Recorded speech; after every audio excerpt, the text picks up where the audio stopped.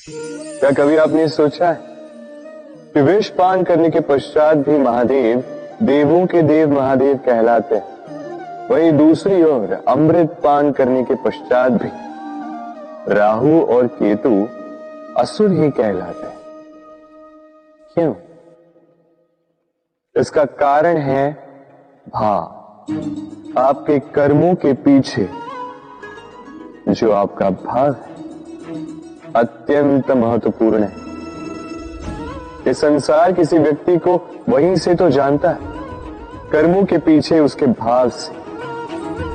यदि कोई परोपकार करे किंतु उसके पीछे उसका भाव स्वार्थ का हो, वो परोपकारी मनुष्य अपने आप ही अपना महत्व खो देता है।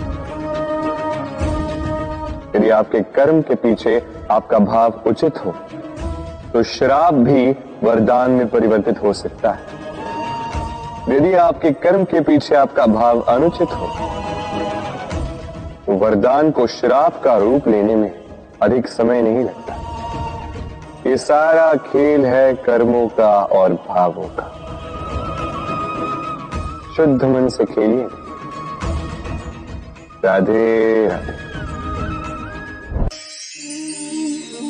ये मोती देख रहे हैं, शुभ्र, श्वेत, ओजस्वी, और इसे ऐसा ही बनाए रखने के लिए हम क्या कुछ नहीं करते। इसे ऐसे किसी मखमल के वस्त्र में लपेट देते हैं, किसी पिटारी में अच्छे से बंद करके रखते हैं। क्यों? ताकि इस पर खरोच ना आए, ताकि ये मोती टूटे ना, क्योंकि ये अनमोल है। उसी प्रकार है ये दूध फटे ना, इसलिए हम इसे गर्म करके रखते हैं। ग्रीष्म ऋतु में हम इसे शीतल जल में रखते हैं, क्योंकि ये अनमोल है। ये दोनों अनमोल है और इसलिए हम इसे सहेज कर रखते हैं। दूध हमारे तन को और पुष्ट करता है, उसी तन की सुंदरता बढ़ाते हैं ये मोती। अब मोती और दूध की ही भांति होते हैं हमारे अपनों के मन। इन्हें भी हमें सहेज कर रखना चाहिए, इनकी रक्षा भी हमें करनी चाहिए। मीठे वचन, स्नेह, आदर पूर्ण व्यवहार से इन्हें सहेज कर रखें, क्योंकि जैसे एक बार यदि दूध फट जाए तो पुनः उसे ठीक नहीं किया जा सकता। एक बार यदि मोती टूट जाए तो कुछ भी कर लो उसे पुनः नहीं जोड़ा जा सकता। उसी प्रकार एक बार मन में भेद हो जाए तो उसे पुनः पूर्व स्थिति में ले जाना अत्यंत कठिन होता है। मन के मतों में भेद हो सकता है, किंतु मन में भेद नहीं होना चाहिए। इसलिए अपनों के मन सहेज कर रखें, क्योंकि ये अत्यंत अनमोल होते हैं। राधे राधे। राधा मुझसे कई बार पूछती है, ये मोह और प्रेम में अंतर क्या है? दाऊ भी समझ नहीं पाती। आपके मन में भी ये प्रश्न चल रहा होगा कि अंतर क्या है इस मोह में और इस प्रेम में। चलिए बड़ी सरलता से मैं आपको ये समझा देता हूं। एक और स्मरण कीजिए एक मछली का, जो जल में रहती है, वहीं क्रीड़ा करती। कभी गर्मी के कारण यदि वो जल सूखने लगे तो वो उसे छोड़कर नहीं जाती, वहीं रहती। भले ही जल कम होने के कारण वो वहां पर तड़प तड़प कर अपना प्राण त्याग दे, स्थान नहीं त्यागती। दूसरी ओर होता है भंवरा, जो किसी पुष्प के आसपास केवल तब तक मंडराता है जब तक उस पुष्प में रस हो। वो रस लुप्त, वहां वो भंवरा लुप्त। तो जो अंतर एक भंवरे में और मछली में, वही अंतर है मोह में और प्रेम। जो बिना कामना के, बिना लालच के किया जाए वो प्रेम, और जो कुछ पाने की अपेक्षा से किया जाए वो मोह।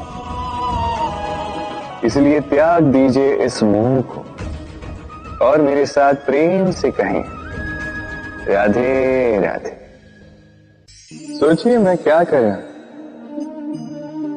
मैं स्नान करने का प्रयास कर रहा हूं। इस सरोवर में मैं अपना प्रतिबिंब देख पा रहा हूं। अब यदि मैं अपने मन में ये विचार लाऊं कि मेरे प्रतिबिंब का स्नान करना, इसका अर्थ है मेरे शरीर का स्नान करना, तो क्या ये उचित होगा? क्या ऐसा होता है? नहीं, कदापि नहीं, क्योंकि आपका शरीर आपके वश में।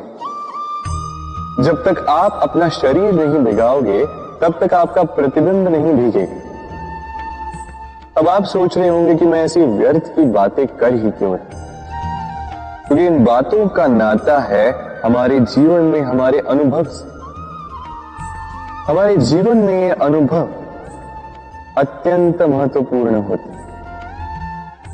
कुछ लोग ऐसे होते हैं जो संकटों का सामना नहीं करना चाहते, कठिन परिस्थितियों का सामना नहीं करना चाहते, उनसे दूर भागते हैं और साथ ही ये आशा भी करते हैं कि बड़े से बड़े संकट का सामना करने का उनमें अनुभव स्वयं ही आ जाएगा, वो साहस अपने आप आ जाए। किंतु ऐसा नहीं होता। इसलिए संकटों का सामना करें, ना कि उनसे दूर भागे, क्योंकि यह अनुभव बैठे बिठाए तो नहीं आता। इसके लिए आपको उस मार्ग पे चलना होगा जहां संकट है, चुनौतियां हैं, कठिन परिस्थिति है, और इस मार्ग पर निडरता से चलना होगा, इनका सामना करना होगा। फिर देखिए, इस मार्ग में आपकी शक्ति, आपका साहस आपकी प्रतीक्षा कर रहे हैं। राधे राधे। बड़ी ऊंचाइयों पर पहुंचने के लिए हमें किसकी आवश्यकता होती है? अब इसका उत्तर बड़ा ही सरल है, सीढ़ियों की। अब इसमें एक गूढ़ रहस्य छिपा है। हम जब तेजी से सीढ़ियों पर चढ़ते हैं, यदि किसी को पीछे छोड़ दे तो क्या उसे देखकर हम उसे हीन समझ लेते हैं? क्या उसे हीन दृष्टि से देखते हैं? यदि किसी को धक्का देकर हम आगे बढ़े तो क्या उसे देखकर उसका उपहास बनाते? यदि आपका उत्तर हां है तो ये बहुत बड़ी भूल है। आप सीढ़ियों में जिनसे भी मिले मधुर संबंध बनाए रखिएगा, स्नेहपूर्वक व्यवहार रखिएगा, विनम्र रहिएगा, क्योंकि जिस सीढ़ी से आप चढ़ रहे हैं, स्मरण रखिएगा, उसी सीढ़ी से पुनः आपको नीचे भी उतरना है। यदि ये सीढ़ी ही ना रही तो अपनी विजय का उत्सव अवश्य मनाएंगे, किंतु जो पीछे छूट जाए उसका उपहास कभी मत बना। राधे राधे। इस जीवन में कई सारे लोग धन और बल से मूल्यांकन करते हैं किसी भी व्यक्ति का, स्वयं का भी, दूसरों का भी। और कई बार धन और बल अर्जित करने की इस प्रक्रिया में हम समय, संबंध और स्वास्थ्य को पीछे छोड़ देते हैं, अनदेखा कर जाते हैं। सोचते हैं कि एक बार हमने धन और बल अर्जित कर लिया, उसके पश्चात समय भी हमारे अनुसार चलेगा, संबंध में और मधुरता भी आएगी और स्वास्थ्य भी हमारी मुट्ठी में होगा। किंतु इस धन के कारण जब हम इन तीनों को खो देते हैं, तब हमें ज्ञात होता है कि हम कितने निर्धन थे। फिर उसके पश्चात संसार का सारा धन एकत्रित कर लीजिए, फिर भी आप अपना खोया हुआ समय पुनः नहीं ला सकते, ना वो संबंध, ना वो स्वास्थ्य। इसलिए इन तीनों का मूल्य समझ लीजिए, इससे पहले कि विलंब हो जाए।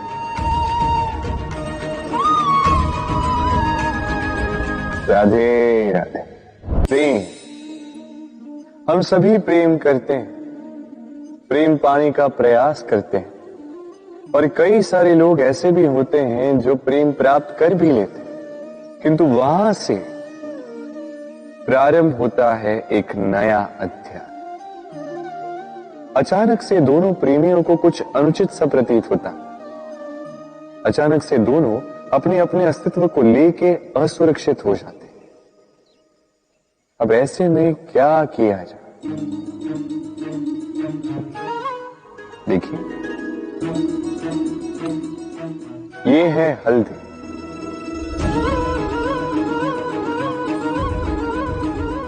और ये है चूना।